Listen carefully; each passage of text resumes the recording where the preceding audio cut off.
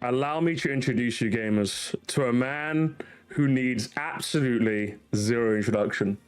A man that I've had the occasional, also, should we say, tit for tat with on the internet.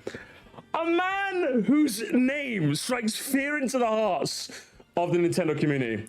Ladies and gentlemen, I want you to be very nice and to give an amazing Moscow welcome to the man himself, Nin10doland! Give it up for him, baby. Give it up for him. How's it going, brother? It's going good, man. Happy birthday. Thank you. Thank you. 32 years young. Can you believe it? Do I look it? Do I look it? You look younger than ever, man. I don't know what they're talking about. It's something they have in the London water, I tells you. It keeps me young. It keeps me going after Nintendo YouTubers, you know? As I like to do. Got it. Well, how's your day gone so far? It's going good. Just been chilling, man. Waiting and preparing for this moment, for this amazing collab. I'm sorry I kept you waiting so long, man. Oh, you're good. So real quick, I mean, let's start off with the big news. Like, you're a news guy after all, right? Are you big on the Star Fox nowadays, thing? yes. Yeah, nowadays, evidently. Are you big on the Star Fox thing? I love Star Fox, so yeah, I was following everything with it. Were you always a big Star Fox guy, like even from like back in the beginning? Yep. Okay. The only one I never played was Adventures, and I just did that for a video. So that's. Oh, what did you make of that? It was okay. I think the first. Did you ever play it? I've not, no, unfortunately. Okay, like the first half of the game felt like it was pretty good. It felt like a traditional 3D Zelda, but then the second half just fell off for me. So. Yeah, it didn't help that, like, wasn't it supposed to be based off like another game, like Dinosaur Adventure or some shit? I have no idea what that was. Yeah, it just feels like they slapped characters in because you could tell it was another game. Like Crystal just got like 10 minutes in the beginning. Poor Crystal, honestly. So you fuck with the new designs, yeah? Overall, I like them. I do. I think they're weird, for sure. It's definitely jarring at first. I was like, because in my head I was like, I don't know if you've seen like the Battle for Atlas designs. I thought those were really good. I've not actually. I can quickly look those up. Yeah, I thought those were like really well done, and then they went for this realistic approach. It took me a second, but it was only like Fox and Falco. When they showed Falco standing up, I was like, yeah, that's that's weird. It seems like everyone who loves them just doesn't fuck with like Fox's little chicken legs that he's got a situation going on. Yeah, it's the legs. The legs are weird. It seems like no one can get used to that. Hang on, I'm just looking up. What's it? Battle for Atlas. Oh, actually, you know what? I actually kind of like these designs, if I'm being honest. I'm just having a quick look here. I like those a bit more too. Let me turn on my camera for you as well in a second. But yeah, I'm showing them on my stream, and I kind of like these, to be honest. Do you know what it is? It's the boots. None of them have their iconic boots on, which is just like, I don't know. It just makes their legs just stand out and make it looks all the more weird, you know? I wonder if it's because there was an interview with Miyamoto where they were asking him like, "Hey, are you aware of the fan theory that they have like their legs cut off?" And he was like, "What?" Like, no. Oh, that's true, actually. Yeah, the metal boots. I don't know. Maybe this is like a way for him to say like, "No, that's not happening." He's a bit of a weird guy, isn't he? He's getting up to all sorts these days, isn't he? You need to stop doing interviews, man. This last couple of weeks has been killing him. He's not really been helping himself, has he? Oh my goodness, I love him, but man, he's getting killed right now. It's not looking good for our guy Miyamoto. So like, okay, let's get on to the crux of the thing. So obviously, like, you've kind of gained a bit of, it's fair to say, a bit of infamy for being a Nintendo channel, or should I say, the big woohoo 3D Mario man. Now, be real with me, Landon. Okay, be real. Okay, listen, I want 3D Mario just as much as you do. There's no way you want it this bad, right? Come on, it has to be. Here's the part where you say, it's a bit musty. I was doing a bit this whole time. Musty, I want to say that. I want to. Okay, here's what it is. I think post Switch 2 Direct, it was more of a bit at that point, because I was kind of just like, you know what it is by now. Like, it didn't happen here. It's not going to happen for a while. Okay. But I think leading up to that Switch 2 Direct, I was so like ready for it. I was like, man, after all this time, I got it in my head how I wanted to look, and it's just like, oh, I can't wait, man. It was like, because I think one of my biggest problems, I think, with that Switch 2 Direct is I was too busy comparing it to the Switch presentation in 2017. And I was like, man, you had Odyssey, Breath of the Wild, Splatoon 2, and it was just like, I wanted to have that feeling again, like, man, you got all this like crazy stuff. And then Mario was like at the peak there. It didn't happen. And then most of it was just me like, all right, let's make fun of it now because of all the memes of that horrible day I decided to live stream that direct. should we talk about that, lad? Should we talk about that? Let's jump in. Let's do it. So obviously, I think the one you're referring to is the very first reaction of I've done to you, where and I think that kickstarted the whole rigmarole, should we say, the hornet's nest, where it's fair to say you were not really that happy about that Nintendo Direct, and like you made some crazy statements. Or Bowser's Fury ruined 3D Mario for us. How do you feel about that looking back? I can't watch. I took it down. I can't even watch it myself because it's bad. It's as bad as it's made out to be from everybody. Like it. I was watching. It was mostly the reaction at the end, and I was just like, because I was so excited for Donkey Kong, but I look back and I'm watching my reaction. I'm like, dude, I look like I hate life. That's the issue, isn't it? Like for me, because I'm like, when you saw Donkey Kong, I'm just like. Because like you said, I think you've seen the clip now. I think I've seen it as well. And I'm like, where you said if you was a new Donkey Kong game, you'd be just as okay with that as a new 3D Mario. I mean, I'd even count Donkey Kong in there because if the Odyssey team is working on a 3D Donkey Kong, that's like a new Mario to me. Has the stance changed? Was that not true all along, or? It was true, and I don't know. I think it just I hyped myself. That was definitely a situation of I overhyped myself and expected way too much out of something that I shouldn't have, and I think I was just I was Mario brainwashed. That's where it started. Yeah, fair dude. So like, and obviously I think you've kind of gained a bit of a reputation for this all. Like, I think it's fair to say like you're kind of leaning into the meme now more so, and I think you've been having a bit more fun with it. Evidently, have you found that? Has that like changed the overall attitude towards you that you see on the internet now, or? It has. I think it's actually made me make videos a little bit more fun for me because as of like the last couple of months, it's been more news because there hasn't been a lot for me to talk about. So like it gave me like a fun way to spice up some of those videos and just like kind of have fun with it. If I'm going to talk about news for the day, like I'm gonna throw in some like Mario jokes, and I'm sure you've seen some of my like I don't know if you saw like I did a crazy bit where I like act like I was in a straitjacket. I saw that. I did see that. I saw that. So I'm gonna have fun with this thing, man. We're gonna play into it, and yeah. So I think if there's one thing I definitely want to ask in relation to that, so obviously like now I'm kind of happy for you that you're taking it for a bit. But like I think it confuses me a little bit because like there was that one video you made that I reacted to where it seemed like you were kind of a bit like you were upset. Like I think you were really upset. You were evidently very, very upset. I don't know if you're the one you're prone to, but like you were very, very upset in that one. And you made statements like, I think I'm the most hated Nintendo channel. So to see you go from that to all of a sudden leaning into the bit, I could definitely, it feels a little bit to me like, was that even earnest in the first place? Like, was those emotions real? Because like now you're leaning into it. But it's like before you were so upset that you were that guy. So like, what was there a change of heart there, or like what happened there? So I'll take you back a little bit. So when I started YouTube, I was just kind of like putting up some random thing like once or twice a month. And one of the first things that took off for me was a Splatoon 2, the Octo expansion. I had like a theory video. Yeah. And at the time I have like 50 subscribers and I just put it out there. I wake up the next day, is like almost 500,000 views. And I'm like, whoa. And then I started seeing half of those comments were just straight negative. Like, you don't know what you're talking about. This theory is messed up. You got so many things wrong.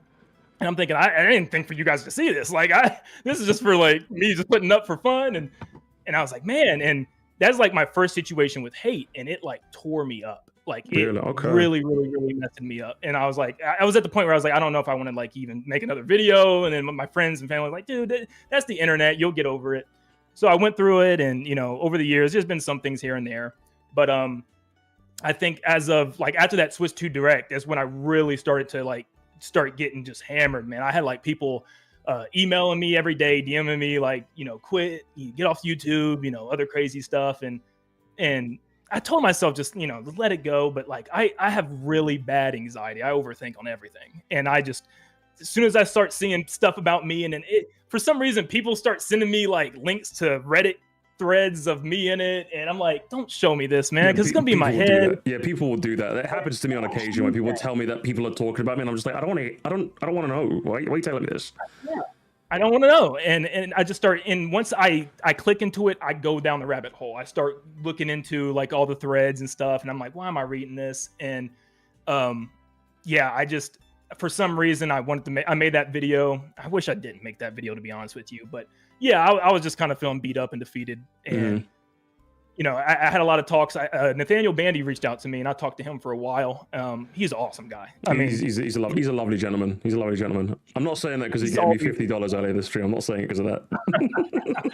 Well, that's awesome too. That's pretty nice. That was very nice as well. He's a great guy. He slid 50 under the table and mostly say nice things about me. I'm like, yeah, do you know what? Love Bandy. Never hated him. Never had a bad thing to say about him. He's such a nice guy. But yeah, like people like him were reaching out and just like, hey, you're okay, you know, and just kind of telling me how to get through. Like, even I seen one of your videos. You had a really good advice, like, hey, set a limit to yourself on Twitter. And I was like, yeah, like, why am I not doing that? And I like doing that alone just has made things so much better. Filter out the hate and just focus on doing whatever I do and just having fun with it. And that's what I'm trying to do now. And that's why I was like moving away from like the sentiment. I ain't gonna do that again. No more like sentiment stuff. Like roll with the punches. Whatever happens, happens. People are gonna talk. I think that's just the number one lesson to learn. Obviously, if the hate generally does get to that point, I think you'd probably be better off if you talk to like the people in your personal life that can give you more like pointed advice or like to help you that know what you're like. You know, for example. But like, yeah, on the internet, it's never going to be, even though it might help, like your audience might know, like I think in the long run, it doesn't end up helping as much as you'd like. That's what I would say. I don't know if you've had that same feeling as well. But like, I guess it was initially it was nice to put out that video because like your community rallied to you. But in hindsight, it's just kind of like, it doesn't, how did it feel in hindsight when you look back on that? I don't like putting that video up. I don't like it because it's not me. Like when I did it, I just think it was, and that, I'm pure emotion sometimes. I need to just put it aside. I mean, I react too much, as I'm sure we're gonna get into with the Twitter thing. And I'm just like, I jumped a bit too much. And I'd like, instead of just relaxing, read through it, move on. But yeah, I wish I didn't put it up. How old are you, if you don't mind me asking? I'm 28. 28, okay. So, and you've been doing YouTube for how long? Since 2018. So about 8 years? Summer 2018. Yep. So you've been doing it since like you basically were 20. Okay, fair enough. And like so it's one of those things where for me it was kind of easy for me to figure out, like people will just say things on the internet because of my job. I'm a security guard, right? So I've had people yell all sorts of me. So when people on the internet do it, it's kind of very easy for me to filter. So I find it, I don't know how, when you say you have this anxiety, like I'm not saying this to obviously kind of like just flex that I'm bad at this, but when people say like they have this anxiety about like looking up their name and stuff, like I genuinely do not like understand how that feels. Like how, because for me, the idea of like Googling my own name is like insanity. I would never even imagine in a million years of doing that. And yet people will tell me they do that. So, and like they'll look up stuff and like all of this and they'll go down that spiral. So like, what is it that triggers you to go down one of these things? Like, well, like I said, I think it really hit once I started YouTube because it's like a personal thing of mine. I think in high school, I was always like that person that I wanted to make sure like I was friends with everybody. Like everybody liked me. Like I played baseball and basketball for the school. And at the same time, I'd like, you know, after school, I'd hang out with the jocks and stuff. But during school, I'd sit at the lunch table with like all the video game nerds and stuff. Cause like that was me. Yeah. So like I wanted to be friends. Like I wanted everybody to like me. And then that was the hardest thing to get to understand is like, you know what? People are not going to always like you. You're going to have people that, you know, they hate your guts. Yeah. And I think jumping into that with YouTube was like a, you know, smack in the face. Like, man. So, you know, like I said, and then what would happen is people would just send me links and stuff. And like, hey, Nin10doland, did you see that? This person's talking about you. That's actually how I found out about you. Really? And someone sent me a link on like Discord, like, hey, this dude's talking about you. Get him or something. I'm like, who is this? Why is he making multiple videos about me? And yeah, I just, you know, I see this stuff. I watch it and I read comments. And, you know, my problem is once I see it, I can't pull away. Like I can't just see it and like click out, like whatever. I start looking at it. And then it starts getting me going like, man, if he thinks this way, does everybody think this way? And then I start like going down the rabbit hole. I start looking up stuff like, hey, like Nin10doland here on Reddit. Like, what are people saying? Which is a dumb idea. Never do that again. But yeah, I don't know. It's just, that's my brain, man. And like, I get so fixated on what people think. And it's just, it's a horrible thing to do because you start changing the way you act. You start like second guessing the very essence of who you are. And if you change that too much, it's like, well, why are people even watching me in the first place? Are they watching me because they like me, or this like simulacrum of myself that I've crafted to avoid people making fun of me? So it becomes this like spiraling thing. Like I think I've definitely found, and I don't know if you like do this already or like if you started doing this, but I found like the easiest way to get banned from my community is for someone to be like, hey, Musty, go after this person. Like I don't go after people. I would just like watch a video and I'll offer my commentary. That's how I've always seen it. And I'm not like an attack dog you can point at someone. I'm not a weapon to be pointed. So whenever I see anyone in my community that kind of tries to goad me into that, I'm not interested. Without a shadow of it, I always ban them 100% because I'm not interested in that sort of thing. If you have an interesting video that you think I could offer my commentary on, then yeah, post it in my react segment. I'll see if I can get around to it. But yeah, I heavily go against that. So I would say like in your communities, if you find people that are doing that, I don't think they're interested in your well-being if they're trying to sick you on someone, essentially. Yeah. I think that's the easiest way to go about it. And obviously, I think that sort of think first, ask questions later mindset came to a head when you decided to have a go at me on Twitter at one time, eh? Oh man, did I start something? Man, looking back on it is very funny. I'll be honest, it was very, very funny. But for those of you guys who don't know, I think I called it the Nin10doland original trilogy because like I made my video, then I reacted to your follow-up stream, and then like obviously I reacted to the Twitter nonsense. Right? So it's the original trilogy. It's like a Star Wars thing going on here. And obviously like I think you took some like screenshots of like my videos and like this guy's obsessed with me essentially, and I kind of like pivoted into that, and then like talk me through like how it went, because obviously the stream knows my POV. I've got the video, so like talk me through like how that panned out for you essentially, like how you felt about that. Yeah, it was once again, you know, someone sending me some pictures and like, hey, this person's talking about you, and then, you know, I go in to look, I'm like, you know, because I've had it before. I've had people make videos about me and stuff, but I'm like, oh man, this person made a couple. Oh man, he made 3 or 4. Okay, so you know, I'm like, all right, I'm gonna be like, I don't know what I'm thinking. I'm like, all right, let me say something, because I never do this, which is weird. I don't ever go to Twitter and like point somebody out that made videos about me, but I'm like, I'm gonna do it this time, and I'm gonna put it out there, and then as soon as I put it out there, it was like I left my phone, come back, and there's like a war. There's like people are like, uh-oh, what did he just do? Uh-oh, he just came at Sir Musty. I'm like, what did I do? What's going on? And I'm looking left and right, and my Discord is like, you know, I'm getting messages from so many people like, hey, I watch you guys both. Don't do that. Like, don't fight. I don't want you guys to fight. I don't know about you, but those are my favorite. Please, Dad, stop fighting. Stop fighting. Those are my favorite. I'm like, you're getting banned first. How about that? Pick a dad, okay? You're not going to anywhere. You're not picking. You're not going to him on the weekend and me on the weekday. You pick one. It's funny too, because I felt bad too. I was like, no, I'm not trying to, like, no, that's awesome. I don't want this. So I'm like backtracking, and I'm like, oh, okay, let me mess. Like, and that's another thing. Like, I just thought like, this is some dude like hitting me, like, and then I started actually researching. I was like, oh, this is what he does. Like, he does it with a lot of people. Mm-hmm. Because I was reading comments of people was like, oh, he does it with me too, and yada yada. But it was like conflicting. I had some people were like, yeah, he did it to me. I can't stand him. And then I had some people were like, yeah, he did it to me, but like, you just got to play into the bit. It's his thing. So I I looked into you, and I was like, yeah, this is his thing. I was like, now I feel stupid. I started this mess.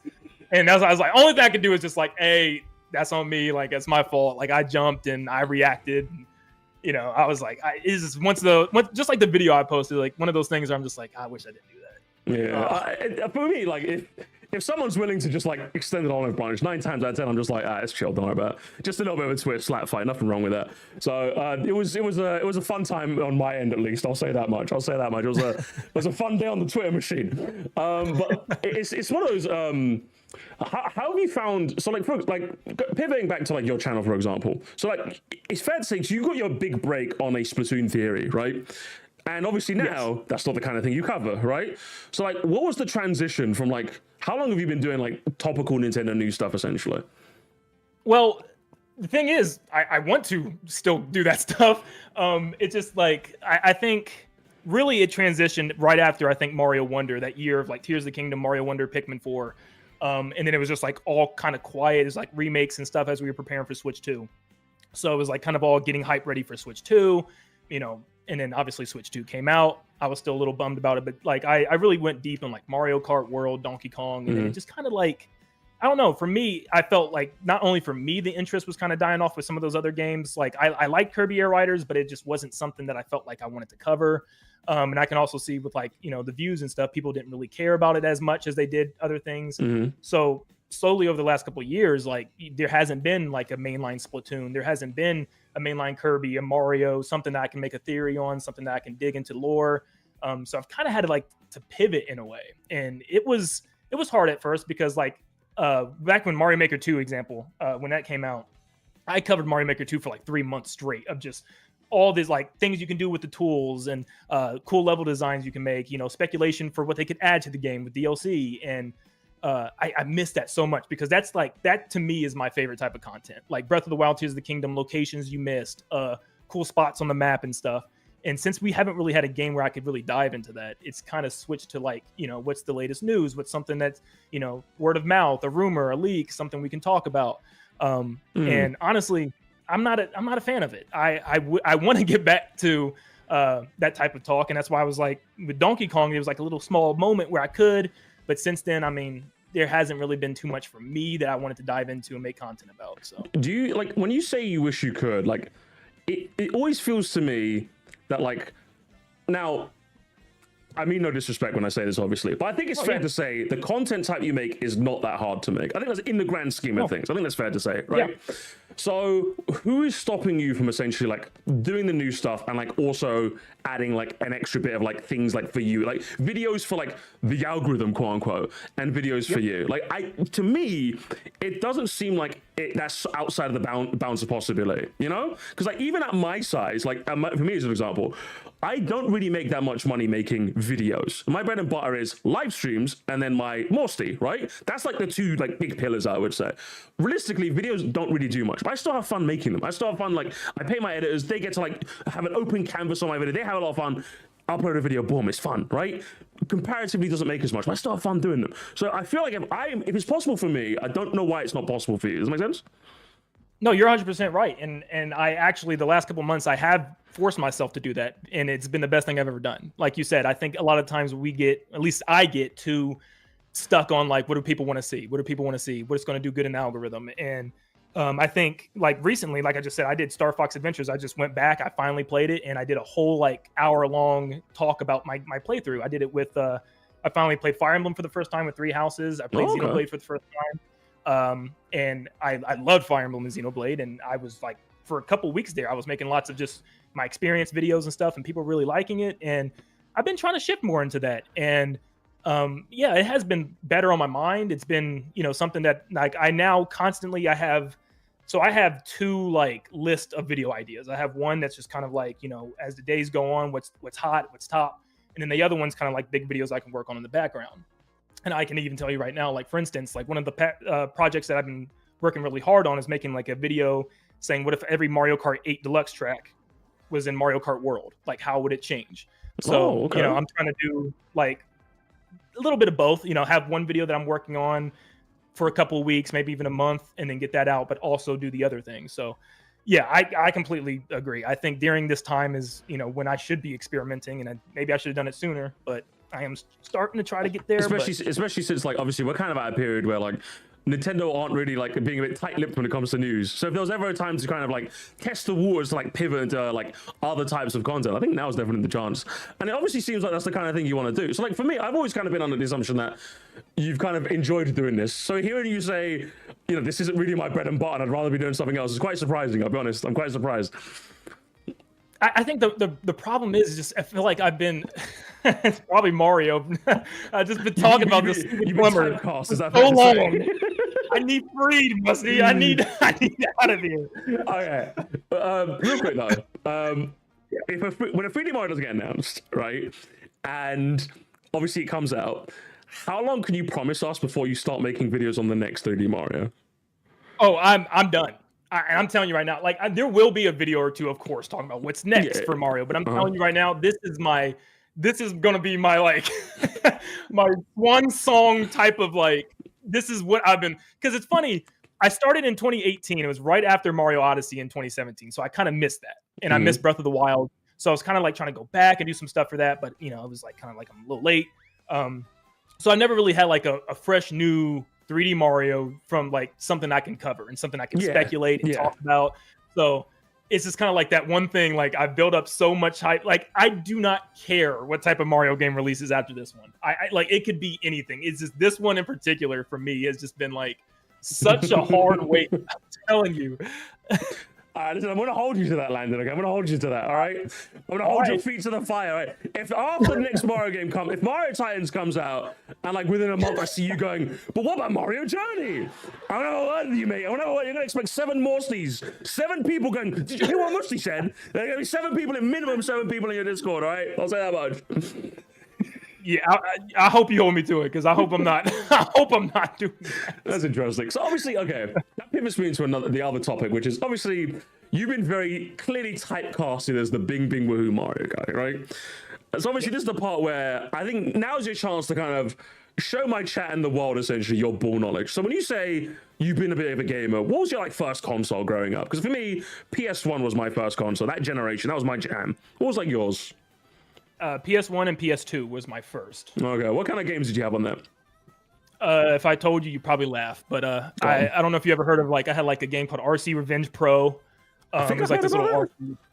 I think it's a kind of a deep cut. I don't know. That sounds familiar. Hang on, if I look at the box art, I actually remember that.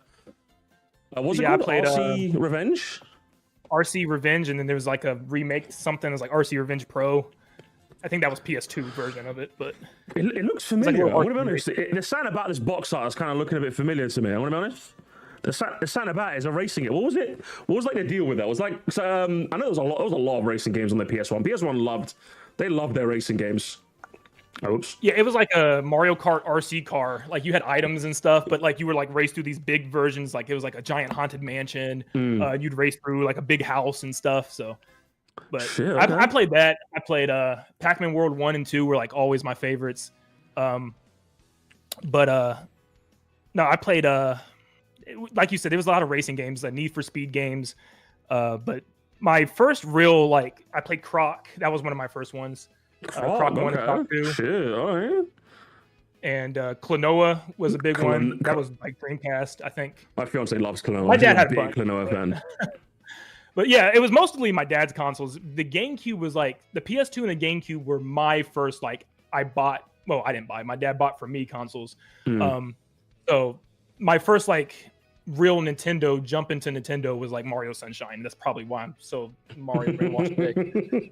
But Luigi's Mansion and Mario Sunshine were like my entry points. Oh, okay, gotcha. So obviously, I imagine you had all those GameCube classics as well, right? Like just Smash, your Mario Kart, what other ball knowledge can we get? What did you have on the PS2? What was like your PS2 jams? Let me think. Actually. Oh, he's got him right next to him. Gamers. He's really good. Is that your dog as well? Oh yes, it's Kirby. Of course, the dog is named Kirby. Of course. Why are we shocked in the slightest? So. Here we go. Oh, here we go. He's got the collection games. He's got the collection. We got Frogger. Frogger on the PS2. Now, let me explain this one. Put it close to the camera. Why do you see that crusty ass frog on the box art? What is that, bro? Why do you know, who's the gremlin behind him? What is that? Who is this? It's as bad as it looks. It's as bad as it looks. Frogger's back in full face. Was that your child? No wonder you turned out the way you are. Was that your childhood? This was my wife's childhood, believe it or not. She just bought this recently, so I had to throw this one in there. Oh, you belong together, certainly. Yeah? You got Frogger on one side, RC Revenge on the other. A match made in heaven, I tells you. Oh, it gets worse. Trust me. Oh, okay. So I'm sitting up straight. These are the games my dad had me playing, so he was a big sports guy. So I gotta have NCAA. Of course, Ohio State. Wait, who's that? Where's that on the front? Am I crazy? Is that like a mascot or something? Yeah. That's Brutus, Ohio State Buckeyes. Okay, sure. You know what? Sure. Yeah, he's a nut. Those words mean. All right. Of course, we got more sports. We got Tiger Woods. Tiger Woods and NCAA. Okay, he was a spirit. Yep. Something tells me that dad is big into sports. Something tells me. Ratchet and Clank. Okay. Ratchet and Clank. I see it. We had SSX Tricky. Hey, I had that on the GameCube. That. That's some of them, but that's actually probably most of them. But yeah, I wasn't a PlayStation guy. It's definitely when I noticed, I was like, because I was like, Dad, why am I playing all these sports games? I want to play something fun. I'm tired of these. So the GameCube saved me. The GameCube saved you. All right. So what's one of those games that gives you like one of those like really nostalgic childhood memories? Like for me, it has to be like Pokemon Colosseum on the GameCube, because that game came out in Europe one day before my birthday. It came out May 14th, 2010. So I was able to get that. My mom was able to get that on the day before my birthday, and then the 15th is my actual birthday. And then it was perfect. Like I got to play it all day with all my friends. You know what I mean? So that's like a memory that will live with me forever. What's that one game that like you just, whether it's like with your brothers, your sibling, anything that you just have like a big memory with? It's definitely Luigi's Mansion one on the GameCube. My dad, it's the first one my dad actually played with me, and I remember we played like all day, and it was nighttime. My mom's like, "It's time to go to bed. You got school." And we were at like the final boss with King Boo, and my dad woke me up at like 3 a.m. and goes, "Let's beat it. Don't tell your mom. Let's be quiet. Let's beat it." So we were playing all night, and I remember like just being so like happy we finally beat it. And like, yeah, that's one that, you know, just anything with my dad, like he's the one that got me into gaming. So when he played games with me, it wasn't a lot of games that he liked to play. He was more of the people that like to sit and watch me play. But that one, he played with me all the way through, and I always find that one like special for me. It's so weird because like growing up as a kid, the norm was, oh, your parents hated you playing video games. Turn that damn GameCube off. That's what I used to hear growing up. But like, it seems like every fucking Nintendo YouTuber I meet is like, yeah, my father was a gamer and he passed down his consoles to me. And I'm just like, am I the only one here that was not given a right to passage? Am I the only one here that had to like work in the trenches to play video games? I could only play on the weekends, and on Sundays it's turned off in the afternoon because I had homework to do. I had to grift for my gaming. That was a hard graft out there in Nintendo Land. And me and your dad's waking you up at 3 in the morning. Hey, let's kill the King Boo. Let's kill him. Man, how good is that for you? I will say it ended after that though, because once I really got into like middle school and high school, my mom was like, you know, you get 1 hour a day. And it's like after you, and most of the time I didn't get that because I was like baseball or basketball after school. So it'd be night and like 9 o'clock, time to go to bed. So like, yeah, most of the time, like I remember it hurt bad when Galaxy came out, and it was like in the midst of like whatever sport I was playing some season. And my mom was like, you know, you're going to probably only be able to play on Saturdays. And I was like, dang it. You know, but I think my dad ruined it because my mom was so mad when she found out. She's like, "You woke him up at 3 in the morning to play Luigi's." That's a good memory. That's a really nice memory. So obviously you're talking about sports a lot. Were you like a sporty kid growing up? I was mostly, it was just baseball and basketball.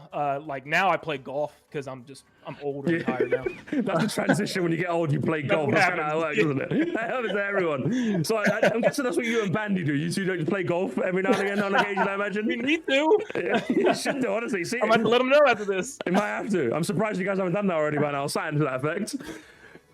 No, I grew up, it was mostly baseball and basketball. And the problem was, I really liked basketball, but my dad had it in his mind. He wanted me to be like the greatest baseball player of all time. Mm-hmm. So all summer long, he took me to like travel ball games and stuff. And I was good. I really liked it. But at the same time, I'd rather be at home playing video games a lot of the time. I was like, I'm home. I'm going for like 3 weeks at a time, just 24/7 baseball, like training and stuff. And I'm like, I just want to play Luigi's Mansion with your dad.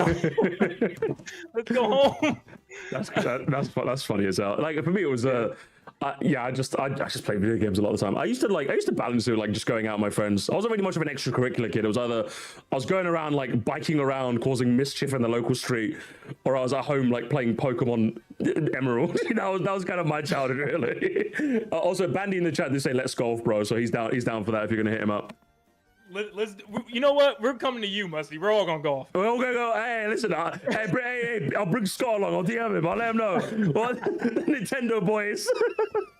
Going golfing. Listen, I'll see the thumbnail today. Mario Golf in real life, guys. Golf is real. This is what it's like outside. Easiest 2,000 view video of my life. Easy 2,000 in the bank. I'll split the 20 cents 4 ways. Okay. We'll get 5 cents each. It's perfect. Oh god. That's good to hear. Don't forget about Matthew as well. Matthew in the chat. He's a big golf guy too. Someone says hi, Landon in the chat. A lot of people loving you. A lot of people loving you, gamers. A lot of it. You got big fans over here. So like, okay, I did want to like. So you had the PS2, GameCube, right? And then after that, were you still PS3, Wii, or did you just like do the Wii after that? I just fell off with everything that wasn't Nintendo. It was Wii U, and then the only reason I bought an Xbox Series S only for Fortnite. Yeah. Do you still play Fortnite now? No. You don't play now? No. Unfortunately. Well, it got every bit of its price worth because I played Fortnite from like season 0 all the way up to like recently chapter 6. Really? Like, oh my god, okay. Yeah. For me, like, I think I played it from the beginning all the way up until like I think the first chapter, and then I just kind of played it as and when there was something that was interesting. Like the last one I probably got big into was the Simpsons one that happened not long ago. That was really fun. I love that Simpsons season, but since then I've not really touched the game, to be honest. And I heard that Overwatch is coming back on there tomorrow, so I love Overwatch. Obviously, I played Overwatch a lot, so I'm interested in seeing what that's all like. Yeah, and then I pretty much besides that I realized like there's nothing to play on this Xbox. I was like everything else is like PS5. Like might as well get a PS5 at this point. So eventually I got a PS5, and that's pretty much where I've been pretty much just going back and playing games that either I haven't played before, or like for instance I went back and played Horizon. I played Final Fantasy 7 remake, and just some of the stuff like that. That's just like Spider-Man games, just stuff that people have been talking about. Ratchet and Clank. Well, what's been like your favorite standout so far? Like ever since you've started like branching out, like playing games and what have you? What's been like some games that really got you going? 100% Shadow of the Colossus. Shadow Colossus. I heard you talk about that before in the past as well, so I'm not shocked you say that. I don't know why I fell in love with that game. It was just such a simple concept of just fighting these big creatures, but like it was so like unique and different at the time. I was like, dude, this is awesome. I need to play. Yeah, like I think I played the first boss in that. And yeah, just like climbing up this big ass thing and just like getting it bit by bit. There's some, especially when the music wells up, like right as you get in there as well. Yeah. It just works, doesn't it? It's something about it just works so well. So that honestly, big props to that. I might have to give that a try at some point. Have you played a lot of indie stuff? Like, are you a big indie guy, or have you not gone around to the indie space yet? Yes and no. A couple I know you're years big into ago, Silk Song, innit? Like, you played Undertale, okay? Yeah, I played Undertale, and then after that, I did. I knew Silk Song obviously was finally coming. They finally had the release date, and I was like, all right, maybe this is time to go play Hollow Knight. And I played Hollow Knight. I was like all right on it, but then Silk Song like took me away. Like that. What was it about Silk Song that really like got you going? Like, what was it? I think maybe that's just me like not being a huge fan of Metroidvanias, but I was just like there was like a 3-hour period in Hollow Knight. I was like, what the heck am I supposed to do? Like, where am I going? And I was just getting beat up by everything, and it just felt like it was just kind of like throw you. And I know that's why a lot of people like that, just throw you in a world and go. Silk Song felt a little bit more structured, and just the moveset that Hornet had felt like so much better to me. Like she could like flip around, you could change like her different moveset, like her different utilities and stuff. And I thought it was also harder, like really hard. Some of those extra bosses at the end. I mean, did you play Silk Song at all? No, I didn't actually. Cause I skipped it because I tried the original Hollow Knight, and like I said, it was too hard for me. And I was just like, people are saying Silk Song's even harder, and I'm just like. There's an area in the game that's called like Bile Water, and it's like it is the worst. Like you lose health when you jump in the water. You lose health when you touch a wall. When you like, it's like it is horribly hard. But I used to be a bit of a capital G gamer where I'm like, I play every game on the hard mode. Yeah, but like the last one I did that with was like veteran difficulty, Call of Duty World at War, and I've never played a game on the hardest difficulty ever since. And anyone who knows, those who know exactly what I'm talking about when I say that game was unbelievably difficult.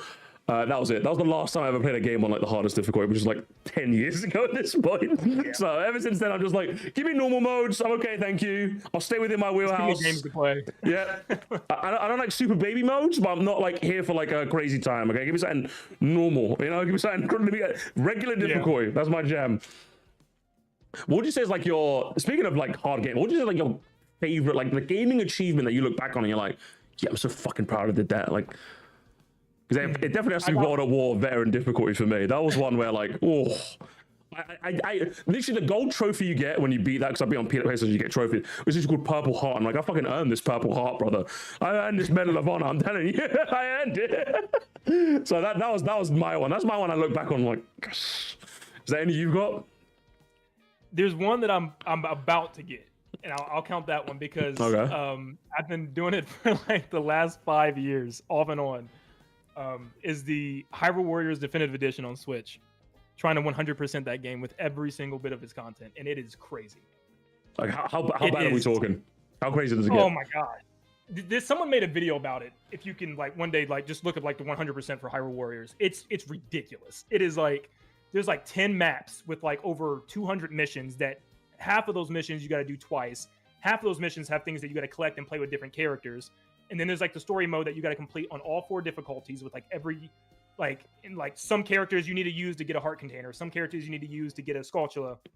And then there's like 100, 200 extra missions, but like 50 unlockable characters. Every character has a skill tree that's like, that would probably take weeks at a time for one character to get to.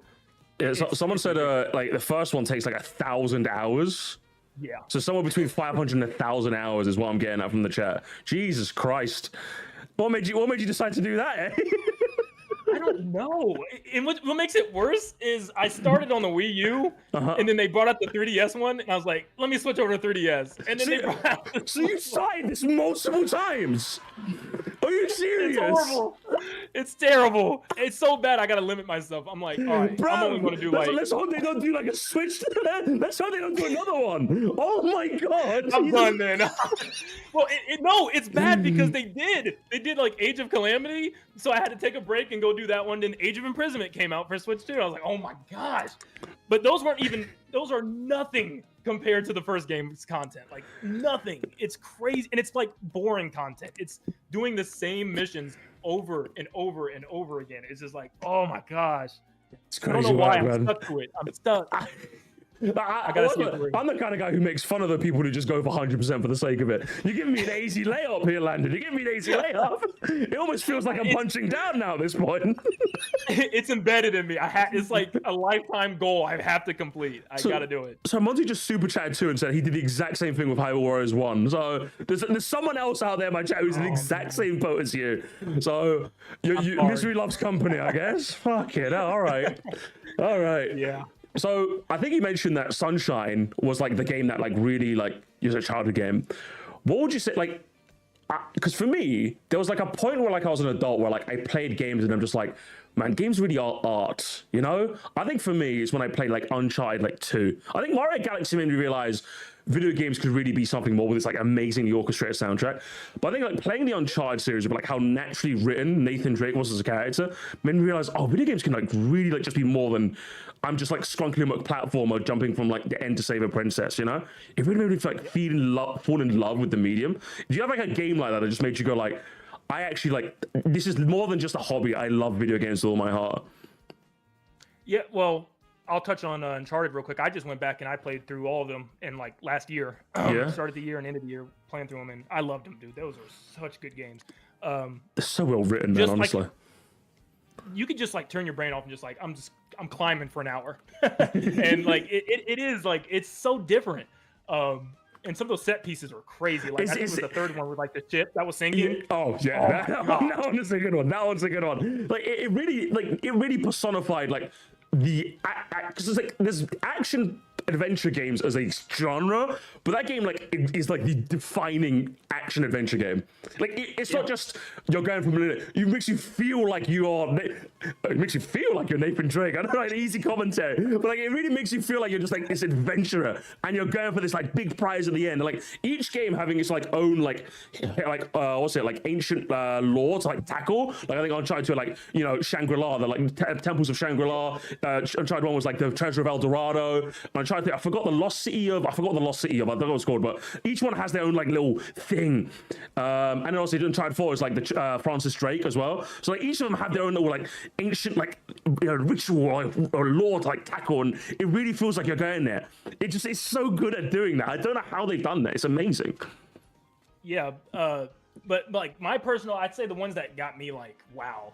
I have two. One was a long time ago. It was when I first played, because I was late to the game with Skyward Sword. But Skyward Sword hooked me. Like, I know people like say they hate the motion controls and this and that, but like the story, the world, like seeing Link on this little village in the sky and then diving down to like tackle all these quests down below, like the music, the story, there were so many moments with like Fi and like Zelda that I was like, dude, like when she went into the crystal and like imprisoned herself, and I was just like, man, that hit like, dang, this is deep for a Nintendo game. Because at the time, like, you know, I haven't really, I was a little later with Zelda. Most of my Zelda games I started playing was like, I'd say the late Wii, early Wii U. Mm-hmm. So like, yeah, Zelda games were like starting to take a hold. But I'd say recently, the one that really made me say, dude, why have I been missing out on this, was after playing Xenoblade 1. Xenoblade, okay. that story, I genuinely have never felt a story like I normally like, I'm not big on like sitting there and waiting for a cutscene to finish and then you can play. Like I want to jump in and play. But like I was just sitting there just like I cried a couple of times. I was like, this is crazy. Like every little turn there was some plot twist, and I'm like, yeah, I've been missing out on this. Now it took forever. Like it was like that's a game you got to sit down and like chuck some time. Yeah. I'm saving that for when I'm like, I need a big game to unite my backlog. And that's what I'm saving it for. At the moment, that's Persona 3. That's my big game. Yeah. But honestly, everyone's saying W take Landon, so everyone loves that part of Xenoblade. Yeah, definitely a game I need to get around to at some point. So honestly, that's pretty cool. That is really, really cool to hear. What would you say was like? Obviously, I think you answered the question with Fortnite. I was gonna say, what's like everyone has like a multiplayer game that's their poison. They just can't help but go back to me. It's Fortnite, isn't it? So like, did you like have a regular group you used to play Fortnite with? Like, was that what it was? And then like you've just been stuck there ever since? Because that's kind of what happened to me with Overwatch. Overwatch is like, I loved that game when I first played it, but then I was kind of just stuck with it. And then I met my fiance playing Overwatch, so I'm just like, I guess I'm playing this game forever now, you know? Yeah, that was me with Overwatch too. Overwatch and Marvel Rivals, where my friends just like they tried a little bit and it's like we're done. So it's just me playing, and I'm like, yeah. You were a big Overwatch guy at some point, yeah? Do you still play it at all? I wasn't huge. I messed around. I played Genji and Bastion for a while, and I was trying to get like really good, but I was like, nah, no one's playing with me. What's the point? So yeah, for me again, it was the same for me, but I found my fiance on there, so I had to keep playing, unfortunately, and I still do to this day. So the joke's on me. Fortnite is the same way. Everybody left. Everybody like after that first chapter, everybody's like, all right, I've seen enough. I'm done. And I stayed around. It was me and like my best friend continued to play up until like chapter 5, and then he was like, okay, I'm done. Like this game keeps repeating the same stuff. It's having its own issues. I'm done. So I continued playing for like chapter 6 by myself. But I played. I got every battle pass up until chapter 7 is when I stopped, like for good. But I got every battle pass, every tier 100. I was playing like 2 hours a day. Shit. Hey, listen, we got to squad up sometime, man. I wouldn't mind a game of Fortnite or two. Oh yeah. We got to do that sometime. We'll organize that for sure, man. Big up. I'm not that crazy when it comes to Fortnite, but if I got Landon to carry me, then I don't know. We'll be that. I'll take it. I don't build anymore. I left that in the past. No build. Always no builds. Are you kidding me? Okay, come on. I'm too old for builds, buddy. I don't want to shoot someone one tap and they build the Taj Mahal. I'm okay, thank you. I'm past that. I've been past that for years now. I'm alright, thank you. What was I going to say? I was going to add. So obviously, like I think let's wrap it back around to Nintendo. Obviously, we're in a bit of a weird time when it comes to news, right? And obviously you're someone who has a news channel, so like how have you like personally as like a content creator and like on a personal level, how have you like found Nintendo's like strategies like for like just basically just not doing a direct anymore and just kind of dropping news whenever? Like how have you thought about that both on a personal and content creator level? At first I wasn't liking it at all. I'm like, this stinks, you know. I miss just because I don't go live a lot. The only time I go live is for directs, or unless there's like a big game to unite the community, you know, like a Mario Maker or something. But like, yeah, where I can play people's levels, or like I played Mario Kart World online, but for stream. But no, I mostly only stream for Nintendo Directs, and you know, with not having that for a while, kind of sucked. I'm like, I like sitting around like speculating with you guys, watching it live. But honestly, I think it's fine if they just keep like recently they've been doing stuff every week. Like Splatoon Raiders got a big overview, and then you know, Star Fox comes out of nowhere during the week. It sucked though, because I'm like, I put my phone down for a second, I'm outside, I come back in, everybody's talking about Star Fox. Don't even get me started on that. Like, I literally saw the news on Twitter, went off the app because I thought, oh, it's tomorrow. They gave us like a 1 day heads up, like they always do. So I literally went pinged everyone saying, I don't have time to watch it today. I'm already going to bed. Don't spoil it for me till tomorrow. And like I later found out earlier that day before I streamed, oh no, it's already been done. Like he gave us like a 10-minute heads up. I'm like, are we serious? Is that what we're doing now? Which, I mean, maybe, I don't know. I mean, maybe it was a good thing for something like a Star Fox 64 remake initially, because, you know, you surprise people and everybody's like, what? You know, they're tuning in, but I don't know. I'm just like the basic formula that what we're used to, you know, and, you know, February, June, September. But you know, I don't know. I don't even know if they're going to continue that anymore at this point, because I see people are like, relax, Nintendo Land, we're getting one in June. Are aren't we getting like? Yeah. Who told us we were getting one in June? Yeah. I have no hope that we're getting one until, like, yeah, I don't know. Yeah, I think you were definitely very early onto the train, but I think a lot of us are jumping on where it's like, okay, like where's the what's happening here, Nintendo? It's a bit weird now. What do you think is gonna happen? So let's assume it does happen. There is one in June. Do you think this is the one, Landon? Do you think this is the one where they go Mario? I'm not doing it. Yeah. You're not getting me. Yeah, no, I'm not doing it. I'm not fighting. You're not gonna do it. You put it down. You put it down, have you? I have been burned down this road too many times. It's funny. During the Switch 2, right before the Switch 2 Direct, I was in a live stream with I did like two or three live streams where I just popped in and like people wanted me to talk like, this is your time. Like they were hyping me up like, hey, it's your time. It's about to be. And I'm like, yeah, I know. Like I can't wait. I'm losing sleep. And then it didn't happen. And I messaged every single one of them that had me on their podcast. I was like, you did this to me. This is your fault. Like I'm never letting it happen again. I'm never. Do you know what you are? This is gonna be like only like 3 people are gonna get this reference. There is this. So I watch a lot of football, obviously soccer to you, right? So there's this big content, like there's this content creator that's become like really famous over the last like year or so, because what he said, he supports a team called Manchester United, and he said he's not going to cut his hair until Manchester United win 5 games in a row. And there've been like I think 3 instances this year where they're at 4 games and they lost. So now everyone's like, just drop the gimmick already. What's that? Everyone hates him now. They went from United strength, we love him. So I think that's how it was with you, right? At first everyone's like, yay, 3D Mario Landon, and everyone's like, oh brother, this guy stinks. That's kind of how it's been now. Because like nowadays, every time on my TikTok or my Twitter, I see a lot of people just going, oh, he needs to just drop the gimmick already. He needs to just drop the gimmick already. So I think at this point, I think you've just decided you're not going to let Nintendo have your heart anymore, right? The gimmick will be there. Like I'm going to bring it up pretty much. So I have a thing where like at the end of the video, I try to sneak it in some way. Either it's a clever way or I just straight up say, by the way, 3D Mario's got to happen soon, and I'll end the video. And everybody's like, there's a dude in my comment section that's like counting every day. He's like, all right, day 27, you keep it up. But like I'll do that. Any prediction video I ever make, I'm saying it's not happening. I don't know when it's happening. Stop asking me. I love that you and Bandy basically came to the same conclusion. Like, yeah, I'm just not doing this shit anymore, bro. I'm out. But it's like, I think it's because like I'm relatively like new to this game. Like I've not really been in like the direct hype cycle, like Nintendo space for that long. So like obviously I'm all like, yay, let's predict the 3D Mario guys. La la la, happy fun, la la la. And like and then all you grizzled veterans are just sitting on me like taking a drag from your cigar, going, fucking can't stand me, Moto. Look what he's done. He's ruined my life. I predict, and I get nothing. I get bumpkins for this. That's what it is, isn't it?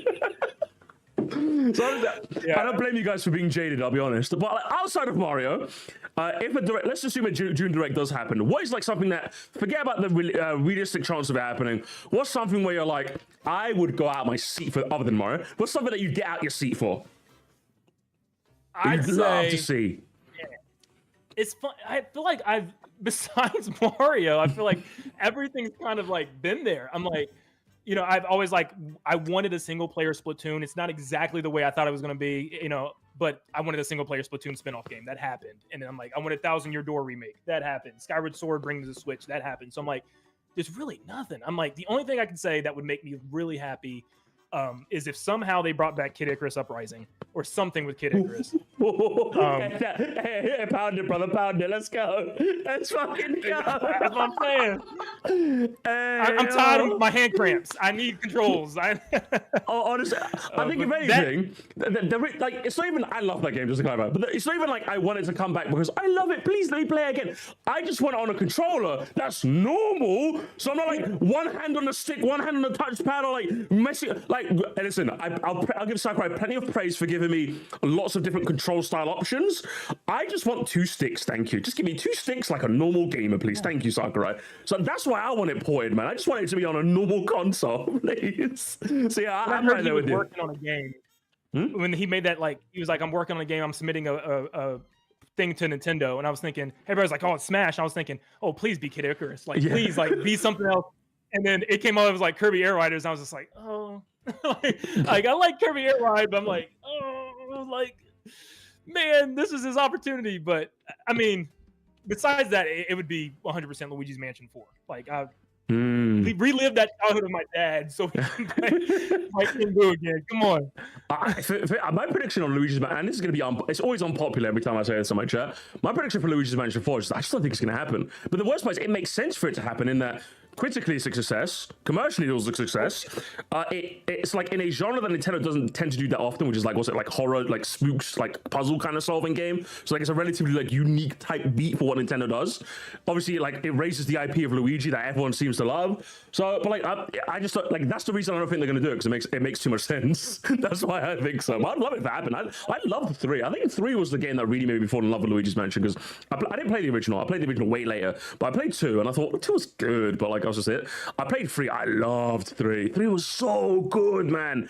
And then I think last Halloween I went back to play 1 when that came on GCN NSO. I really enjoyed that. I'm like, oh, this is quite. It has that old GameCube charm about it, doesn't it? Where like Luigi's a bit off model, Mario's a bit mean as well. He's like, hey, Luigi, what's the hold up? When you go in the well, and I'm just like, shut up, Mario. What are you talking about? And they go all those weird like boos, like it had like a darker tone. Yeah. It's like it's that era of Nintendo where it was really fun playing a game that was from an era of Nintendo that like I grew up with, but I never played at the same time. So I was able to see all that like charm of the old era where Mario wasn't this big IP that rules the world. Mario was just this series. Like I think the funniest, I think someone mentioned this to me when I was streaming it, but Luigi's Mansion was the first 3D game past like 64. So like, and 64, once you killed Bowser, people weren't even sure if Bowser was still alive technically. And then when you beat Luigi, when you play it in the boss King Boo, basically, spoilers I guess for a 20-year-old game, guys, sorry about that. When the bottom boss is King Boo instead of Bowser, there was a period of time when people were thinking, wait, is Bowser just gone forever? And that must have been a weird time to be around. I'm like, it's that sort of like thinking that just makes you go, man, this game was charming, wasn't it? It's such a good game. Like King Boo just crawled out of his corpse. What's going on? Yeah, like, what the hell is happening here? If that's a fake Bowser, then where's the real Bowser? You know, like, what? Obviously, Bowser's like, here, 10 more years of Bowser, am I right? And 1 cameo for Wharton, that's it, really. So, Kid Icarus Uprising is a good shout. For me, I would love I've said this many a time, I'd love another 99 game. With one of those like old Nintendo IPs, like Ice Climber 99, Urban Champion 99, even Duck Hunt 19, something like another 99 game I could really go for right now, personally. That or just another GameCube game on NSO, I'd be fine with. I mean, yeah, how long has it been since the last one they put on there? Like, it feels like it's been a while, hasn't it? Like a 2.5 month period now between releases, which is crazy. I'm like, yeah, that's definitely too slow as far as I go. A little too slow. Just bring back Mario 35. Mario, I don't know if did you fuck with Mario 35 the same way I did? I loved Mario 35. Not really, not as much. No. See, this is the next beef we're gonna start, because I loved Mario 35. It was my go, so I was a big fan of that. So Luigi's Mansion is a good shout. Do you have any other wacky predictions for the direct that's definitely gonna happen, or? I think Ocarina of Time remake is for sure happening. You think that's real? Okay, hang on. That actually pivot. Thank you for pivoting me to another topic that I nearly forgot to talk to you about. Me personally, and I'd love to get your take on this, and be honest with me, I fucking hate leakers. As far as I'm concerned, I'd throw Nate the hate in a volcano, okay? in a dormant volcano, obviously, where there's pillows underneath and not fire, but a volcano nonetheless. How do you feel about leaks? Because obviously, it's fair to say you're a bit like there's a conflict of interest because like it's quote unquote your job to talk about leaks in a way. But how do you feel about them on a personal level? It depends on the year. I think like the one that made me kind of upset was I don't know if you remember when Pioro was like leaking everything, and I vaguely remember that era. Yeah. He was like he was getting a trailer somehow because he put out like emojis of everything that was like in Mario Wonder. It was like a caterpillar, an elephant and stuff. And then it happened. And I was like, okay, this is kind of taking the fun. Like, this is kind of weird. And it was like getting to the point where like, they're just straight up telling us what's coming. Which I feel like wasn't needed because we were getting direct still and stuff was happening. Whereas now I feel like, you know, where Nate waited until like well after February, nothing happened in February, nothing happened in March, and like people were like, kind of like, okay, what's going on? Where I didn't think it was too bad this time around because it was like we were kind of not in the dark. We had games coming out, like we knew stuff was coming, but like we didn't know when it was coming. Like honestly, it helped me because I went back and because I played all the Star Fox games, but I never had gameplay. So I went back and since he's like Star Fox game is coming out this summer. I went back and played all the Star Fox games again, got gameplay, so that way I can cover like the new one a lot and like compare them to the old ones. And I'm glad he did that because as you saw, like they just came out of nowhere. Hey, 3 hours is a Star Fox direct or something like. I'm like, so that kind of helped. And the same thing with Ocarina of Time, where like now I went back and I wanted to like kind of fresh play it again after Star Fox happened. I'm kind of like, okay, this is probably a really good chance of this happening too. So I went back and got gameplay of the original game and. So that way I can make some like comparison videos and just talk about it if it does happen. So it's got its benefits. I prefer just waiting for Nintendo because it can kill the hype. I'm telling you right now, if I would have got the Thousand Year Door remake like leaked and they came out and said this is happening, I would have been so mad because that was genuinely one of my like rawest like reactions I've ever had where I was just so floored. Like I could not believe it. So like it can definitely ruin stuff. It also doesn't help for me. Like on a personal level, I just don't like them because like for me, even like obviously I'm a bit of a reactor in a sense, so like it behooves me to have like the biggest, most raw reaction possible. But even on a personal level, I'm like, I don't want to be happy when everyone else is in the dark. I'd rather just be happy with everyone else. You know, I'd rather be celebrating when everyone else is celebrating instead of like I knew 5 days ago now everyone's gonna celebrate, so now I have to be like, yay, you know, like I don't want that. That's why I don't like it. Obviously, as a content creator, I'm just like, I feel like, and I'd love to get your opinion on this. I feel like leaks back in the day kind of used to be fun when they were a lot less credible. When a leak was a 4chan post in like a dingy forum, a screenshot of that in 2018, and it was like, it's real, no it's not, it's real, no it's not. But like now you got this guy called Nin10doland, and because he got a couple predictions right, now everyone has to believe him. So like I will say, so I'm always of the belief that yeah, Ocarina of Time is rumored, it's still a rumor though, it's still a rumor. I'll always get that one motherfucker that's like, but no, you said it though, and like, shut up, I don't care what he said, he can tell me the sun rises from the west, I don't care. So it kind of it feels like it's a lot less fun to discuss leaks now because it feels like the people that believe them are like, well, it's happening. Like, no, we don't know yet. So I don't know how you feel about that. As much as Nin10doland has been very, very spot on, he has been wrong about some things because I was so mad when he said Planet Robobot was coming to Switch and it never happened. And I was like, and then people are like, I see today are still tweeting at him like, hey, where's Planet Robobot? This was 2 years ago. And he's like, I've got no information on that. I'm like, so like, yeah, you can't, even if someone's like 90% correct, you can never be sure. Like you can't go out and tell people, yeah, Ocarina of Time is happening. I think it's happening, but yeah, there's a disconnect there. Yeah, and I think that's just makes it a lot less fun for like me to discuss, like because again, like people just come out with this air of it has to happen. And listen, obviously I've said many a statement about Nate, but obviously I don't hate him on a personal level, I don't even know the guy, but like I just hate the culture around like leaks. I just can't stand it personally. So I can definitely see like when you say it has its benefits in the sense, I would say like I'm definitely more sympathetic to the era now where it seems like Nintendo just doesn't want to tell us stuff. So if Nate is going to tell us stuff, I'm a bit like, okay, I kind of get it. I still hate it, but I would say in this era where now I get it a little bit, like 1% more. But like other than that, I'd rather just like it just didn't happen because I'm just like I'd rather just Nintendo told us stuff when they do. Whenever Miyamoto wakes up and decides to do a direct, I'd rather take that over being leaked. You know, that's just kind of where I'm at. Yeah, I get it. And like you said, with it being so reliable too, it's just like when you see it in the direct, you're like, well, there it is. yeah, it's like, well, there it is, instead of like I think like it's the thing with like Pokemon as well. Like Pokemon had this big Giga leak, and I've just not kept tabs with any of it. And I've told anyone on my Discord, do not talk about it, because apparently Pokemon Winds and Waves was like leaked like months before. But like if it was, I didn't know about it, and I had this big raw reaction when I'm like, oh my god, it looks like a PS3 game instead of a PS2 game. Wow, I love Pokemon now, but I would never have had that reaction if someone told me the leak, you know. So it just kind of ruins it for the rest of us, you know. Even though I know it's your job and you love it, obviously you love Nin10doland. He helps sometimes. I guess. He helps sometimes. He helps sometimes. Yeah. Would you eradicate all leaks now if you could? If you could press a button, Landon, would you press it? You know what? Yeah, I think I would. You know, I think I'd much rather. Yes, it's fun to cover and talk about and speculate, but I'd much rather have that raw reaction with everybody. You're like, oh my gosh, that happened. Like, you know, if There was not a single rumor about Ocarina of Time, and that happened, and it looks like incredible. It's a fully from the ground up remake, and everybody's like, dude, this is amazing. Like, I'd much rather have that than to be like, we knew about it. You know, I always knew you were one of the good ones, Landon. I always knew you were one of the good ones.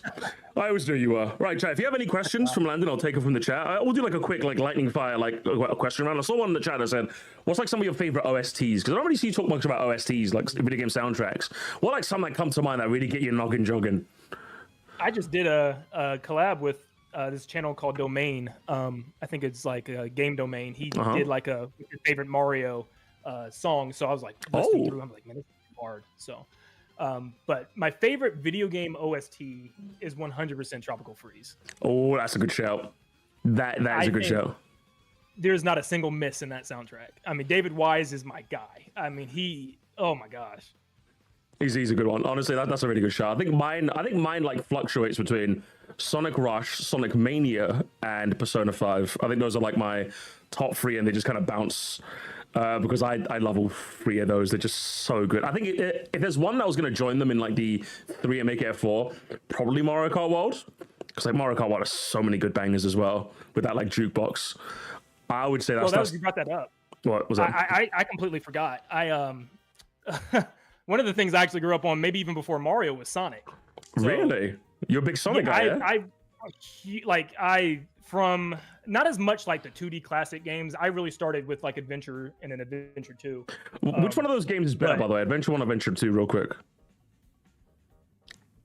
I say 2. I have more nostalgia for 1, but I think 2 was overall better. You know, okay, continue. Sorry, what were you saying? So you play with Sonic? No, it was just I grew up with a lot of Sonic 2, but like that is a series. I used to have like a playlist in my phone of like Sonic songs only, and I don't think I could choose a single game that has the best soundtrack from Sonic. So Sonic it's a close one. Even me saying Rush and like Mania, like Adventure has like such a banging soundtrack as well, honestly. And even like the other games, like the Advanced series has like a soundtrack that like admittedly it's a bit carried by nostalgia, but like I love the Advanced 3 in particular. Sonic Advanced 3 is such a really nice soundtrack. And of course there's those vocal songs as well that they tend to have at the end of every game.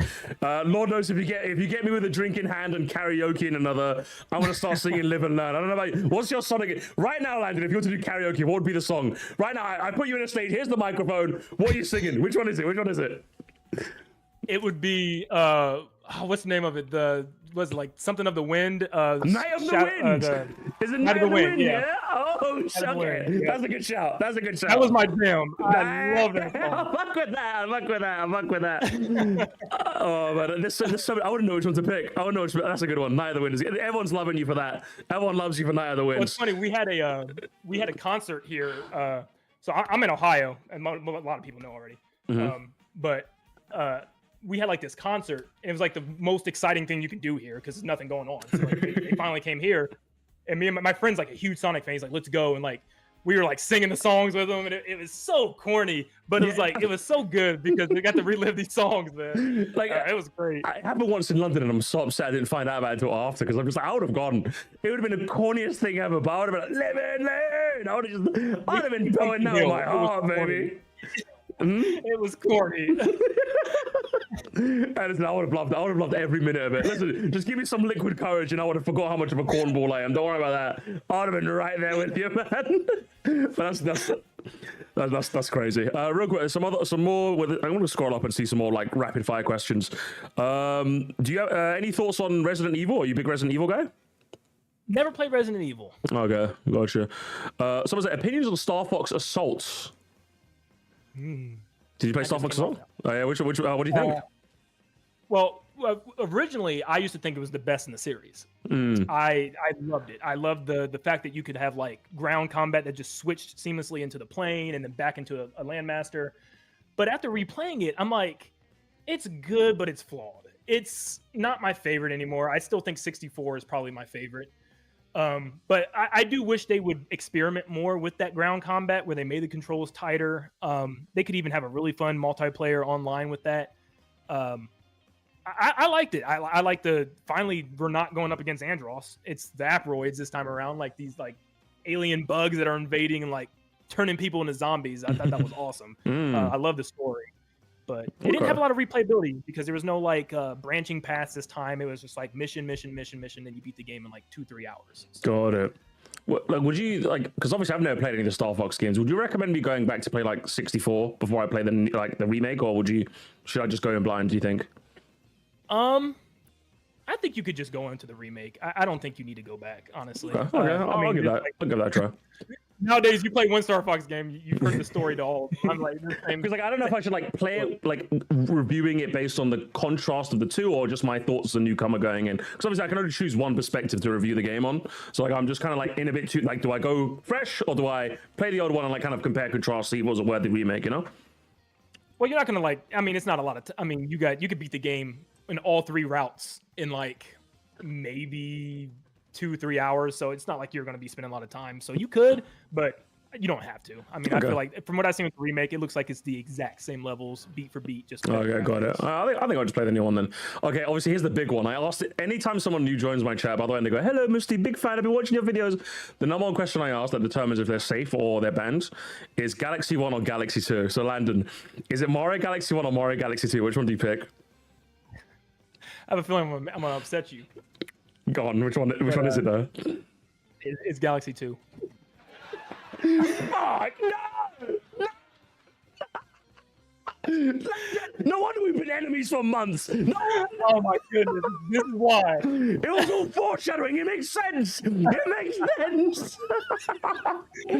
I'll say the first game 100% has my nostalgia. It has the vibe of like the theming and everything. Where Galaxy 2 just feels like a big collection of levels, but it feels like a big collection of better levels in my opinion. Plus, I think after replaying them, the thing that really got me was a lot of people hate them, but I love the replay value of having the green stars, of going back to each galaxy, having to look for these things, really like going through every nook and cranny of every stage to find these things.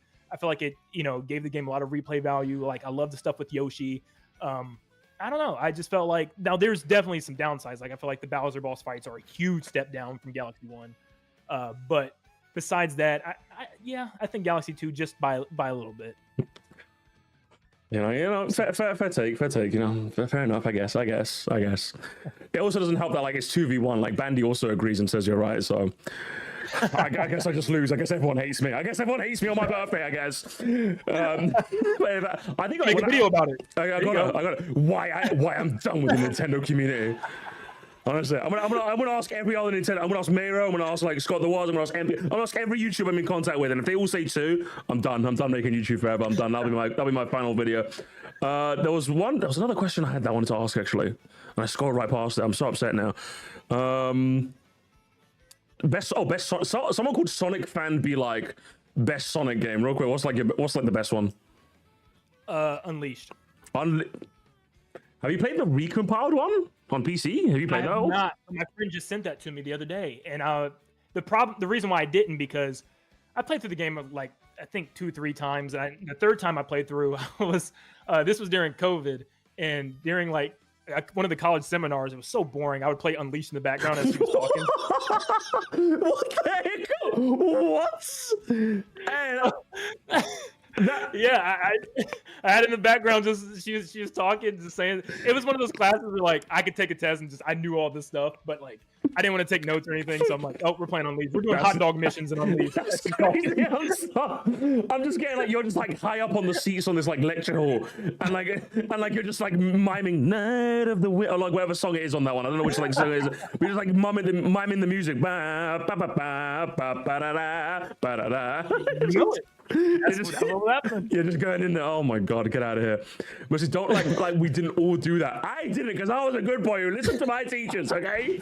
And so should you. One time I booted up TF2. There's a chat full of heathens here, Landon. I booted up TF2. Bro, okay, there's too much. There's too much going on in here. There's too much going on now. I'm not a fan. I'm not a fan of anymore. Any more rapid fire questions?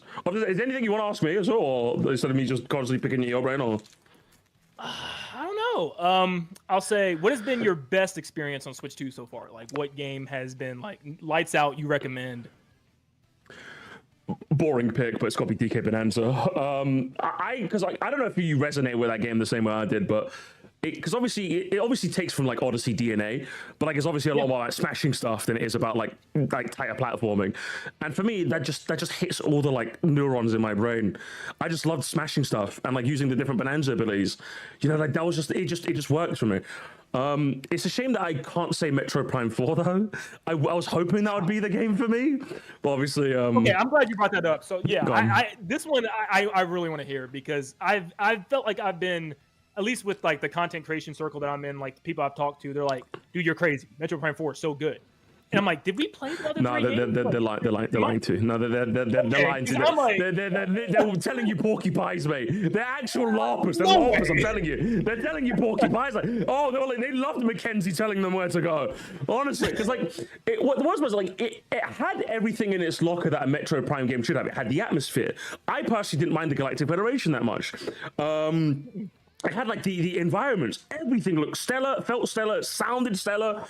But then, like, it's most of the puzzles aren't really puzzles. They're corridors, firstly, which is kind of like, firstly, there's no like the Metroidvania in this Metroidvania is kind of lost, and then secondly, let's not forget that giant fucking desert, that useless ass desert. So you're either traveling in this useless desert, and then when you do get into areas, they sound nice, they look nice, they feel nice, they don't play nice. So it's like, yeah, and that's the thing. It's not even about my complaints aren't the soldiers, and it wasn't even the desert, and that tells you how. And if I really unliked it because of that, I mean, it was really just like you said, it was corridors. There was some worlds I felt like I beat the boss and I didn't do anything. I'm like, I went like there's the snow one and the lava one back to back. It was like the snow one, you're going through these areas just scanning stuff, and then you're done.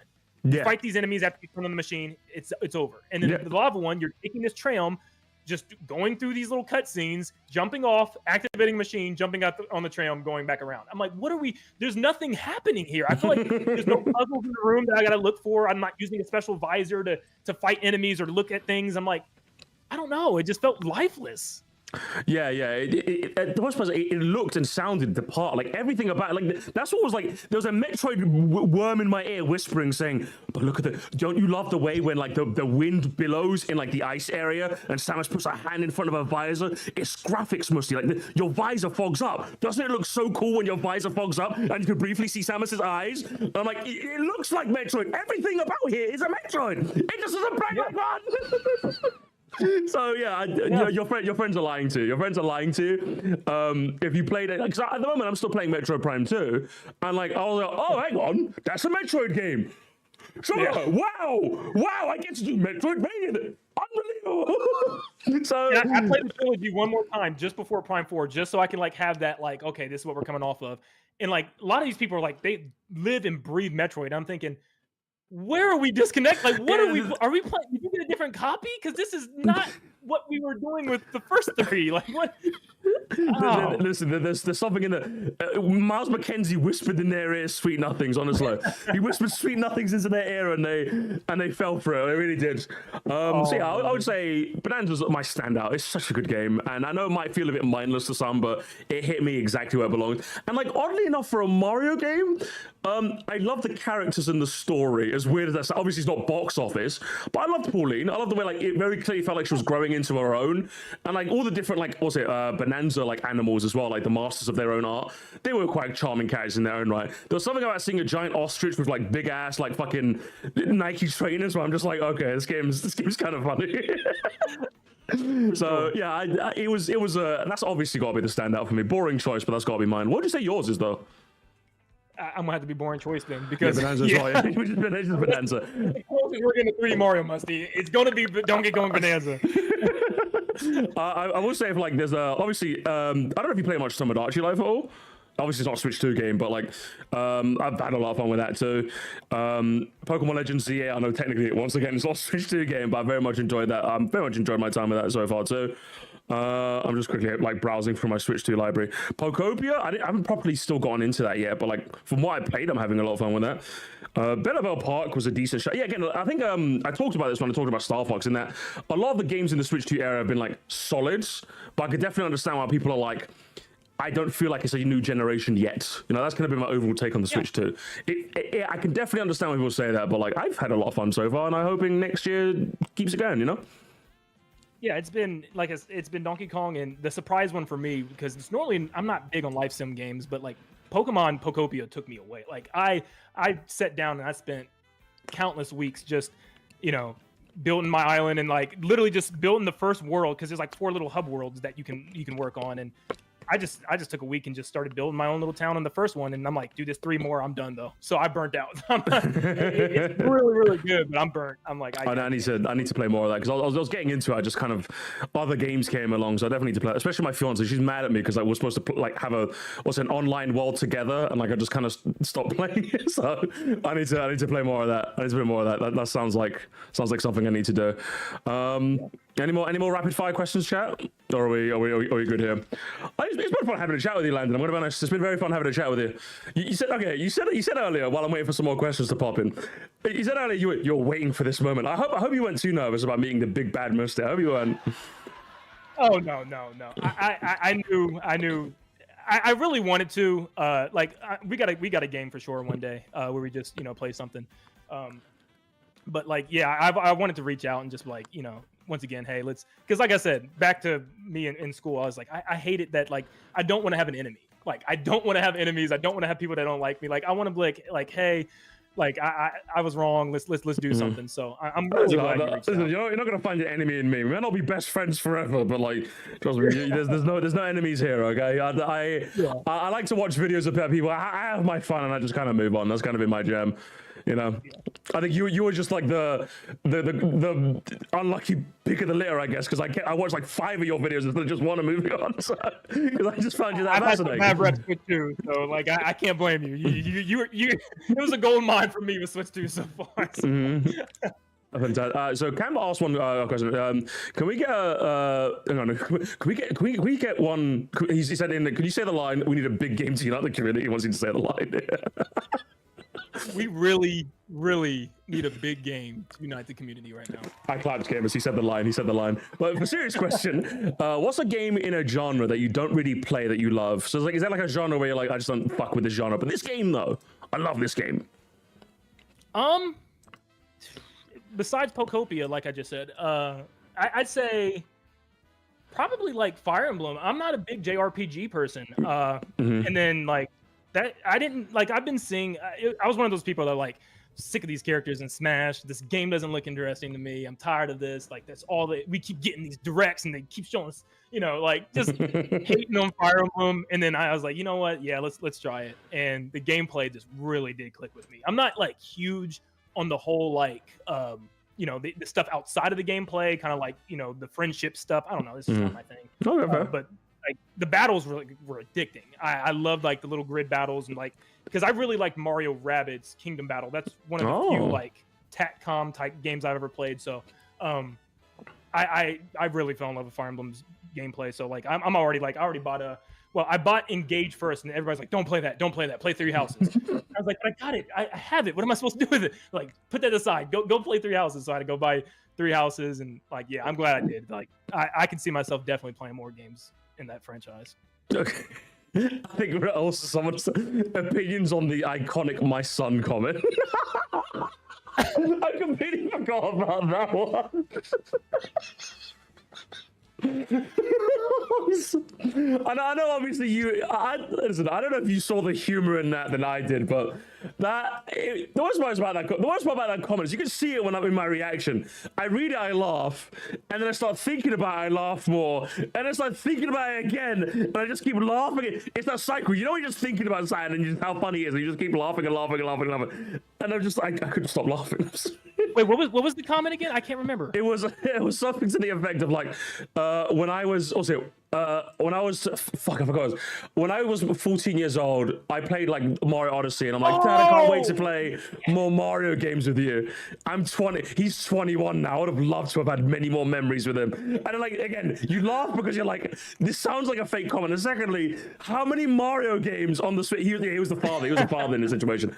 My son said, his 14-year-old son, he played Odyssey with, and he waited for 10 years to play another Mario game with him, but he didn't. And he's all grown grown now. He's in college. He plays like Uncharted now. He plays God of War now. He doesn't play Mario anymore.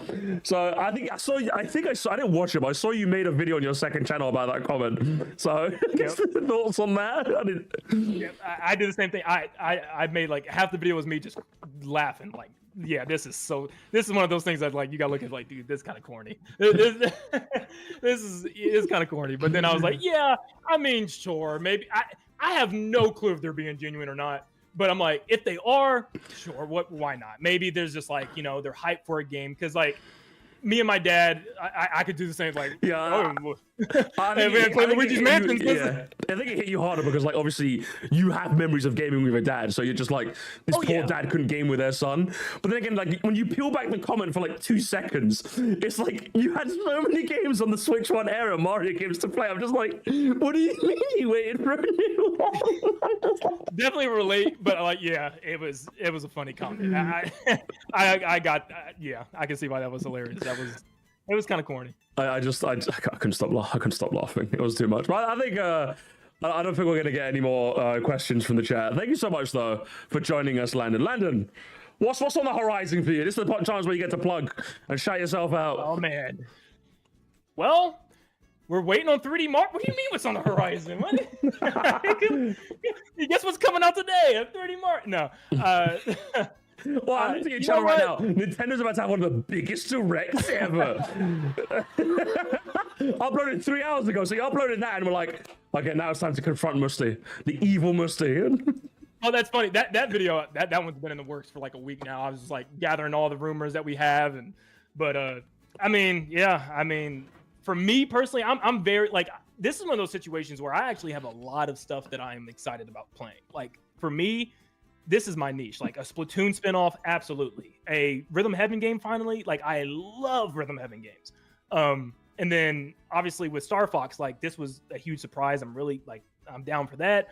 So I'll be fine during the summer. But like, yeah, I'll probably cover those games depending on how much, you know, interest there is in Splatoon. But for now, just kind of covering games as they come out, you know, waiting to see if Nintendo's going to have like a direct or not. If not, we'll just keep seeing what's coming out.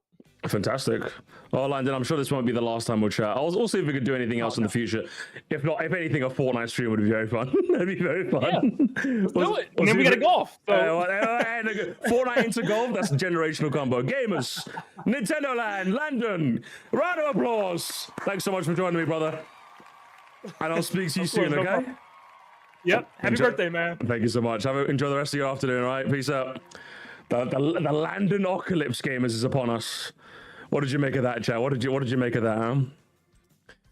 You didn't think I'd be able to get a Landon on, huh? You know me, gamers. You know me. Very nice of him to come on. I just reached out to him on Twitter and he was like, "Yeah, sure, why not?" I did give him a heads up saying like, I might get a little bit mean, okay? So be careful, okay? Like if and he was like, yeah, sure, go for it. I'm like, okay, fair. I don't want it to be like a softball interview. Do you know what I mean? I definitely wanted to like ask him like those harder hitting questions. But real quick though,